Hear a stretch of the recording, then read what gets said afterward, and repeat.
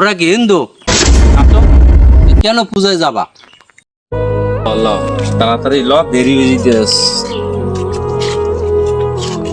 ভাইয়া কমে যাবে, এত তাড়াতাড়ি করতেছো? ওরে বেটা, পূজায় যাবো আজকে। পূজায় যাইয়ে সন্দেশ বাতাসা সব খামো। পূজায় যে মজা, তুই তো ছোট মানুষ, তুই তো গতবারে পূজা দেখছিলি। এবার পূজা নাকি আরো অনেক সুন্দর হইতে আছে। পূজায় মুসলমান না গেলে বেটা পূজা মজা হয় না। এই জন্য ল, তাড়াতাড়ি ল, তাড়াতাড়ি। সালামু আলাইকুম। ওয়ালাইকুম আসসালাম, ভালো আছেন? আলহামদুলিল্লাহ। এত তাড়াতাড়ি করে যাও কই? আমাকে তো তারা আছে, পূজায় যাওয়া লাগবে। পূজায় যাওয়া লাগবে? শোনো শোনো, কথা শোনো, এদিকে আও তোমরা। হ্যাঁ, করলে আমার তাড়াতাড়ি আছে, পূজায় যাওয়া লাগবে। আজকে আমরা পূজায় না গেলে সন্ধ্যার যে একটা অনুষ্ঠান, এই অনুষ্ঠানটা আমরা মজা পাবো না। পূজায় যাবা মানে মুসলমানের জন্য তো পূজা না। সবসময় কয় কি মুসলমানের জন্য পূজা নামে? পূজা তো সবার জন্য।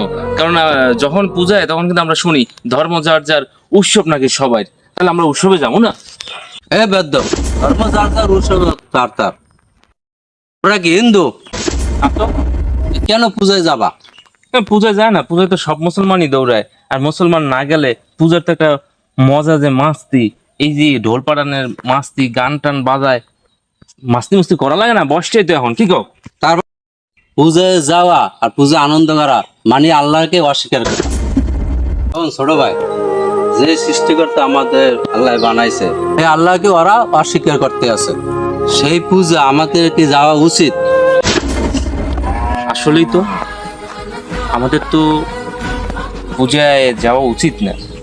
আমি তো নিজেই যাইতে চাইছিলাম আনন্দ মাস্তি করতে, আমার ছোট ভাইরে নিয়ে যেতে চাইছিলাম। তুমি কি বুঝতে পারছো আসলে এটা ভুল? ধন্যবাদ ভাই আপনাকে। আচ্ছা, ভালো থাকেন।